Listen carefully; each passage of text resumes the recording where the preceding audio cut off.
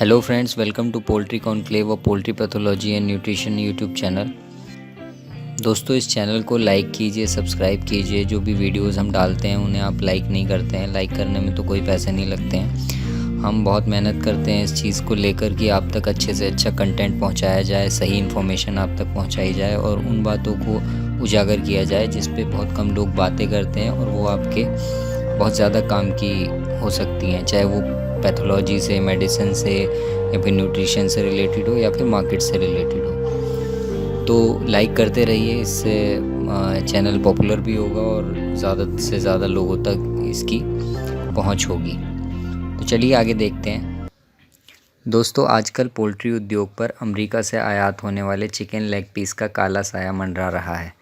लेकिन अगर हम पोल्ट्री उद्योग के इतिहास पर नज़र डालें तो यह कोई नई कहानी नहीं है, बल्कि 20 साल पुराना मसला है जो अभी तक सुलझता नज़र नहीं आ रहा था। लेकिन पिछले कुछ समय में हुए बदलावों को देखते हुए एक बात तो तय है कि पोल्ट्री उद्योग में बड़े उठापटक के दिन अब आ गए हैं। दोस्तों, बात को समझना यहाँ पर बहुत ज़रूरी है कि विश्व आर्थिक लेन देन या आयात निर्यात कई बातों पर निर्भर करता है, जिसमें आर्थिक संबंधों के अलावा कुछ और जियोपॉलिटिकल रीजंस भी होते हैं जो कि इम्पॉर्टेंट होते हैं। सन 2000 में न्यूयॉर्क टाइम्स में एक खबर छपी जिसमें अमेरिकन गवर्नमेंट ने भारत से ये मांग की थी कि अमेरिकन चिकन लेग पर लगे आयात प्रतिबंध को भारत को हटाना चाहिए। श्रीमती अनुराधा देसाई ने उस वक्त इस बात पर चिंता जताई थी। इस रिपोर्ट ने भारत के मीट उद्योग को गलत तरीके से हाईलाइट किया और कहा कि भारत में मीट उत्पादन काफ़ी गंदे तरीके से किया जाता है, मतलब अनहाइजीनिक होता है, बीमारियां वगैरह बहुत फैलती हैं उससे। 1997 में WTO के अंतर्गत हुए भारत अमेरिका मुआहदे में भारत ने लगभग 1400 अमेरिकी वस्तुओं के आयात से प्रतिबंध हटाने का फैसला लिया, जिसमें चिकन लेग भी शामिल थी। परंतु उस समय सरकार ने ये आयात प्रतिबंध हटाने से पहले ही चिकन लेग पर 100% आयात कर लगा दिया, इंपोर्ट ड्यूटी लगा दी, जिससे अमेरिकी चिकन भारत में महंगा पड़ने लगा और आयात पूरी तरह से अमली जामा नहीं पहन पाया। उस समय भारतीय पोल्ट्री उद्योग अपने शुरुआती चरणों में था और यदि चिकन आयात होने लगता तो पोल्ट्री उद्योग शायद इतनी उन्नति नहीं कर पाता। एक बात यहाँ पर ये जान लें कि पोल्ट्री ने मतलब इन 20 सालों में सन 2000 से लेके और अब तक काफ़ी तरक्की की है। ना सिर्फ मतलब FCR इम्प्रूव हुआ है, जहाँ पर पहले जो 2 किलो का मुर्गा होता था उसे 50-52 दिन लगते थे, लेकिन अब 32 दिन में 2 किलो का मुर्गा तैयार हो जाता है। FCR 1.5 से भी नीचे आ गया है, 1.4 1.45 का FCR चला गया है। उस टाइम इतना FCR नहीं था, GMO का इतना चलन नहीं था, मतलब मक्का और इन सब चीज़ों की पैदावार इतनी नहीं थी, तो चिकन उस टाइम महंगा पड़ता था। मतलब जो लागत आती थी अगर आज के हिसाब से देखें तो वो ज़्यादा आती थी। तो इस वजह से 100% जो ड्यूटी लगाई इंडिया ने, तो उससे वहाँ का चिकन महंगा हुआ, उसके बाद वो आ नहीं पाया। उसके बाद 2006-2007 में जो बर्ड फ्लू फैला उसने पोल्ट्री उद्योग को विश्वव्यापी तौर पर आघात पहुंचाया और दुनिया भर में पोल्ट्री मीट के आयात निर्यात पर भारी असर पड़ा और वो लगभग पूरी तरीके से बंद हो गया।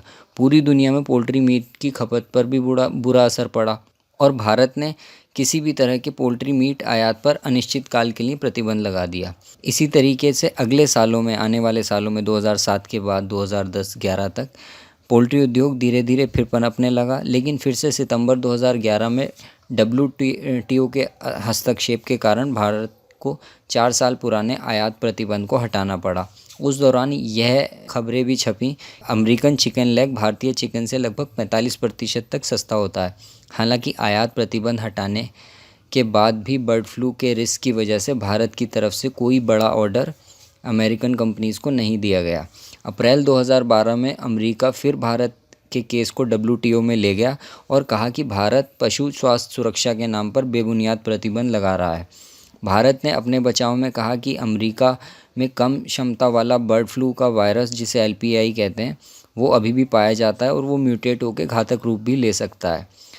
इसलिए हम आयात को अनुमति नहीं दे सकते, क्योंकि किसी भी तरह से कोई डायरेक्ट कंपटीशन पोल्ट्री इंडस्ट्री को नहीं था, क्योंकि चिकन इंपोर्ट नहीं हो रहा था और फीड के भी कम दाम थे, मतलब अच्छी मक्का और सोयाबीन की अच्छी फसलें हुई थी। तो इसके चलते पोल्ट्री उद्योग ने 2011-12 में खूब तरक्की की और लगभग 370% की ग्रोथ देखने को मिली उस दौरान। उस समय रेबो बैंक के विशेषज्ञों ने भारतीय पोल्ट्री उद्योग की बढ़वार पर खास चिंता नहीं दर्शाई और कहा कि फ्रोज़न चिकन की मार्केटिंग और डिस्ट्रीब्यूशन काफ़ी बड़ी समस्या है, जिससे पार पाना किसी भी कंपनी के लिए बहुत मुश्किल है। 2015 तक WTO में यह मुकदमा चलता रहा और अमेरिका फिर से यह केस जीत गया, परंतु भारत सरकार ने फिर से कुछ प्रतिबंध लगाए, जिसमें यह भी कहा गया कि जो चिकन भारत में आयात किया जाएगा वो 6 महीने से अधिक पुराना ना हो, क्योंकि अमेरिका की कंपनियां 6 से साल पुराना रखा हुआ चिकन भी निर्यात करती हैं। दूसरी बात यह थी कि जो चिकन भारत में आयात किया जाए उसे किसी भी तरीके का एंटीबायोटिक, हार्मोन या GMO फीड खिलाकर ना बड़ा किया गया हो। GMO फीड क्या है कि जेनेटिकली मॉडिफाइड फीड होते हैं, जो जेनेटिकली मॉडिफाइड एग्रीकल्चर प्रोडक्ट से बनता है, जैसे जेनेटिकली मॉडिफाइड मेज़ है, सोयाबीन है।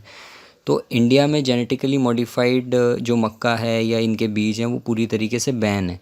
तो इंडिया ने इन चीज़ों को पूरा हाईलाइट किया और जो फीड चिकन को दिया जाए उसमें MBM या ब्लड मील का इस्तेमाल ना किया जाए। MBM और ब्लड मील फीड को सस्ता करने का एक बहुत मतलब अच्छा तरीका है और दुनिया भर में MBM ब्लड मील इस्तेमाल होता है फीड में। लेकिन अमेरिका में क्या प्रॉब्लम है कि अमेरिका में स्लॉटर हाउसेज़ में गाय भी कटती है और सूअर भी कटता है, तो उनके जो मतलब जो उनकी हड्डियाँ या उनकी जो वेस्ट बचता है उसे प्रोसेस करके वो MBM और ब्लड मील बनाते हैं। तो अगर इंडिया में देखा जाए तो एक बहुत बड़ी पॉपुलेशन जो कि हिंदू पॉपुलेशन है वो गाय की वजह से मतलब उस चिकन को नहीं खाना पसंद करेगी, और मुस्लिम पॉपुलेशन क्योंकि सूअर का इस्तेमाल होता है तो वो इस वजह से अमेरिकन चिकन लेग को, अगर उसमें MBM या ये सब चीज़ें इस्तेमाल होती हैं तो इस वजह से खाना पसंद नहीं करेगी। तो जिन स्लॉटर हाउसेस में गाय काटी जाती है उनमें चिकन ना काटा गया हो, तो एक कंडीशन ये भी लगाई मतलब इंडियन अथॉरिटीज़ ने चिकन को इंपोर्ट होने से पहले। ये 2015 की बात है। और ये बात भी ध्यान देने योग्य है कि यूरोप और रूस सहित 20 से अधिक देशों ने अमेरिकन चिकन पर प्रतिबंध अभी भी लगाया हुआ है।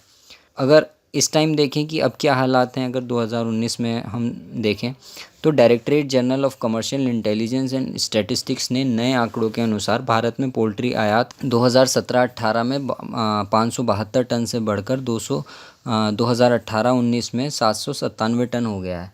इसका मतलब ये है कि 27 करोड़ से बढ़कर 37 करोड़ हो गया है। जो इम्पोर्ट 27 करोड़ का पहले हो रहा था वो अब 37 करोड़ का इम्पोर्ट होने लगा है। लेकिन मोटे तौर पर अगर 80,000 करोड़ की पोल्ट्री उद्योग में 37 करोड़ जो है वो इतना ज़्यादा मायने नहीं रखता है। भारतीय मूल की सबसे बड़ी कंपनी सुगुना के चेयरमैन सौंदरराजन के अनुसार इस समय चिकन लेग पर 100% आयात कर लगता है, परंतु यह कर लगने के बाद भी भारतीय मार्केट पूरी तरीके से सुरक्षित नहीं है और इस सस्ते आयात के दूरगामी परिणाम भारतीय पोल्ट्री उद्योग के लिए अच्छे नहीं होंगे, ये उनका कहना है।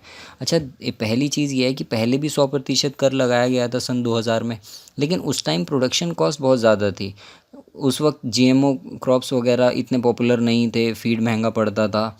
लेकिन अब 100% कर लगाने के बाद भी भारतीय मार्केट सुरक्षित नहीं है। इसकी वजह एक ये भी है कि अमेरिका ने, ब्राज़ील ने या इन देशों ने, चाइना ने, इन्होंने अपनी जो प्रोडक्टिविटी है क्रॉप्स की, जो फीड की प्रोडक्टिविटी है उसे बहुत ज़्यादा बढ़ा लिया है और फीड इनके यहाँ बहुत सस्ता है। तो चिकन लेग जो कि पश्चिमी देशों में नहीं खाई जाती, उन्हें औने पौने दाम में भारत या अन्य देशों में बेचना बुरा नहीं है उनके लिए तो वो एक एक्स्ट्रा प्रॉफिट ही है। तो सौंदरराजन जी का ये कहना है कि 100% आयात कर लगने के बाद भी अमेरिकन चिकन भारतीय चिकन से सस्ता होगा। यदि आंकड़ों के हिसाब से इस चीज़ को देखा जाए तो अमेरिका में 1 टन चिकन लेग पर जो लागत आती है वो $700 से $800 की लागत आती है और 100% कर लगने के बाद भी ये $1500 से $1600 प्रति टन हो जाएगा।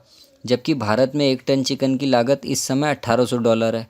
तो कर लगने 100% ड्यूटी, इंपोर्ट ड्यूटी लगने के बाद भी हमारा चिकन महंगा है, मतलब जो इंडियंस प्रोड्यूस कर रहे हैं। ये मक्का का यहाँ पे एक बहुत इंपॉर्टेंट रोल है। पिछले 2 सालों में मक्का का उत्पादन बहुत ख़राब हो गया है, उसकी अलग अलग वजहें हैं।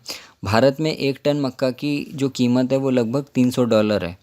यही ब्राज़ील और अमेरिका में देखें तो $160 में 1 टन मक्का मिल जाती है। पिछले 1 वर्ष में मक्का के दामों में कई वजहों से भारी उछाल देखने को मिला है, जिससे मक्का लगभग 40% तक महंगी हो गई है।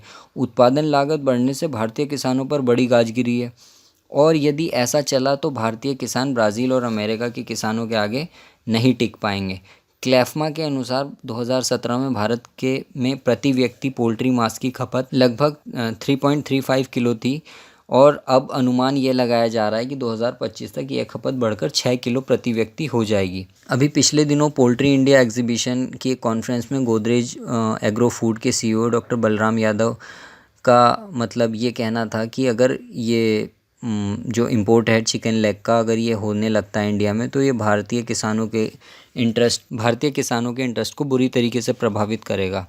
पोल्ट्री इंडिया कॉन्फ्रेंस में दूसरे उद्योगपतियों ने भी इस बात का समर्थन किया और कहा कि यदि अमेरिका से चिकन आयात होता है तो लगभग 15 करोड़ फार्मर जो सीधे तौर पर पोल्ट्री उद्योग से जुड़े हैं या मक्का उगाने वाले किसान, ये ट्रेडर्स इससे प्रभावित होंगे। मतलब एम्प्लॉयमेंट को काफ़ी नुकसान पहुंचेगा जो एम्प्लॉयमेंट की कंडीशन है इंडिया में।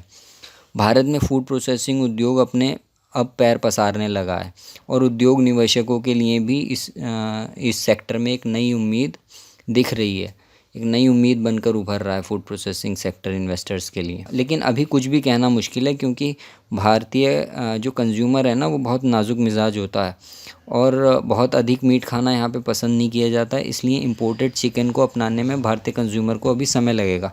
फ्रोज़न चिकन लेग और फ्रेश मीट का एक जो अंतर है वो भी बहुत यहाँ पर इम्पोर्टेंट है, मायने रखता है। फ्रोज़न चिकन लेग के मार्केट को अभी डेवलप होने में यहाँ पे समय लगेगा। भारत में लोग अपने सामने कटवाकर ताज़ा मीट खाना पसंद करते हैं और तो और कुछ घंटों पहले कटा हुआ मुर्गा भी लोग लेने से मना कर देते हैं। इसमें शक नहीं है कि फ्रोज़न चिकन लेग का जायका ताज़े चिकन जैसा नहीं होता है और उसका टेक्सचर रबड़ जैसा या मतलब रुई जैसा काफ़ी फाइब्रस हो जाता है। ये तो बड़े बड़े शेफ़ भी ये बात कहते हैं, आप गूगल पे भी सर्च कर सकते हैं। इवन आप मुर्गा लाएं अपने फ्रीज़र में 3-4 दिन उसे रखें और उसके बाद उसे पका के देखें, खा के देखें, आपको खुद समझ में आ जाएगा कि वो फ्रोज़न चिकन जो है वो ताज़े चिकन जैसा नहीं होता है। तो टेस्ट यहाँ पर एक बहुत बड़ा फैक्टर है जो कि इसे अफेक्ट करेगा। दूसरी ओर मार्केटिंग और डिस्ट्रीब्यूशन चैनल बनाना भी काफ़ी कठिन है। अगर मोटे तौर पर देखा जाए तो भारतीय पोल्ट्री उद्योग के लिए चिकन लेग इम्पोर्ट इतना बड़ा विषय नहीं है फ़िलहाल। इस समय यदि कोई हानि पहुंचाने वाली बात है तो वो फ़ीड का अत्यधिक महंगा होना है। मतलब फ़ीड जो इतना महंगा हो गया है वो ज़्यादा परेशानी की वजह है पोल्ट्री उद्योग के लिए, ना कि चिकन लेग। फ़िलहाल मक्का और सोया का उत्पादन मतलब देश में हमें बढ़ाना होगा, साथ ही साथ उसे सस्ता भी करना पड़ेगा, तभी पोल्ट्री उद्योग आने वाले समय में विश्व में आर्थिक रूप से प्रतियोगी हो पाएगा। नहीं तो किसानों के लिए नहीं तो आने वाले टाइम में काफ़ी स्ट्रगल करनी पड़ेगी। थैंक यू दोस्तों इस वीडियो को देखने के लिए। फिर मैं कहूँगा इसे लाइक कीजिए, सब्सक्राइब कीजिए, शेयर कीजिए, चैनल को पॉपुलर करने में मदद कीजिए ताकि ज़्यादा से ज़्यादा लोगों तक इन्फॉर्मेशन पहुँच सके और हम भी अच्छे से अच्छा कंटेंट आप तक पहुँचा पाएँ। Thank you.